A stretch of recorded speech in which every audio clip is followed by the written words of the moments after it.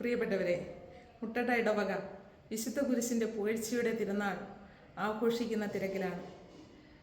നാളെ ദിവസം നാം തിരുനാൾ ആഘോഷിക്കുമ്പോൾ കടന്നുപോയ ദിവസങ്ങളെല്ലാം നമ്മൾ ധ്യാനത്തിലൂടെയും നൊവേനയിലൂടെയും ഒക്കെ ഈ കുരിശിൻ്റെ പുകഴ്ചയുടെ തിരുനാളിന് വേണ്ടി വളരെയേറെ ഒരുങ്ങുകയായിരുന്നു.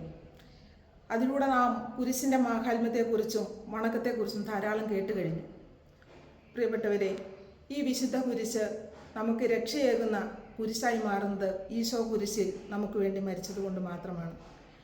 ആ കുരിശ് മരണ ഉത്ഥാനത്തിലൂടെ അവിടുന്ന് നമുക്ക് രക്ഷ നേടിത്തന്നത് നമ്മൾ ദിവസവും ധ്യാനിക്കുകയും ആ കുരിശ് പ്രത്യാശ വയ്ക്കുകയും ചെയ്യുന്നതിലൂടെ ഈ കുരിശ് നമുക്ക് രക്ഷയ്ക്ക് കാരണമായി തീരുന്നു.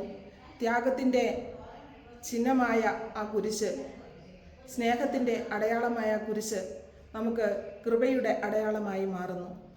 ഈ ദിവസങ്ങളെല്ലാം വിശുദ്ധ കുരിശിൻ്റെ പ്രത്യേകതകളെക്കുറിച്ചും അതിൻ്റെ മാഹാത്മ്യത്തെക്കുറിച്ചും മഹിമയെക്കുറിച്ചുമൊക്കെ ധ്യാനിച്ചുകൊണ്ടിരിക്കുന്ന നമുക്ക് ഏവർക്കും ഈ തിരുനാൾ ആഘോഷം ഒത്തിരിയേറെ കൃപയുടെയും അനുഗ്രഹത്തിൻ്റെയും ഒക്കെ നാളുകളായി മാറട്ടെ.